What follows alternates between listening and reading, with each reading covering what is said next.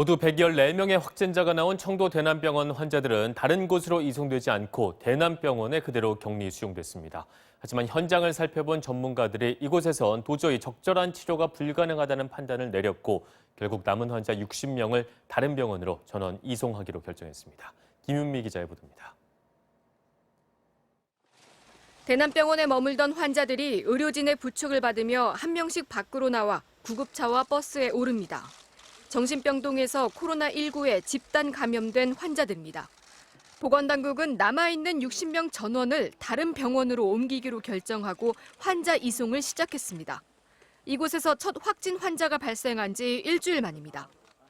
대남병원에서 치료하기 위하여 노력하였으나 음압시설이 없고 전문 인력이나 전문 치료 장비 등이 부족한 문제가 평가 결과로 지적됨에 따라 모든 환자를 국립정신건강센터 등으로 이송키로 결정하였습니다.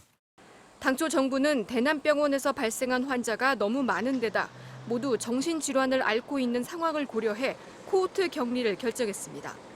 이분들은 1인 1실에 격리를 하면 이런 상황을 견딜 수 있을까? 그렇게 관리하는 것보다는 대남병원의 환경을 개선하고 소독을 완료해서 이 병동에서 격리를 하는 게 가장 환자 입장에서는 안전하겠다.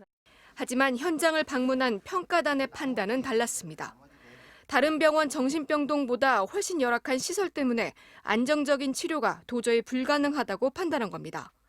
침대도 없이 바닥에서 그냥 온돌에서 매트리스를 깔고 사실 대부분의 정신과 보호병동이 이렇지는 않습니다.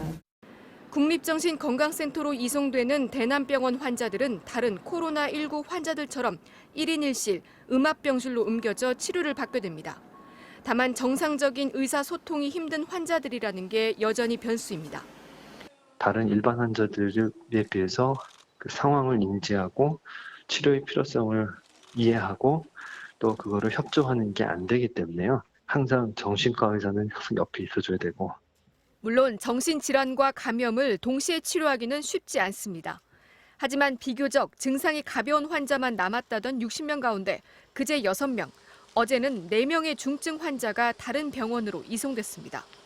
사망자가 7명이나 발생하고 대남병원에 남은 환자들 상당수가 중증으로 악화되는 상황이 계속되는 상황에서 이제서야 치료가 적절치 않다며 이송 조치가 이뤄진 것은 너무 늦은 대책 아니냐는 지적도 나오고 있습니다.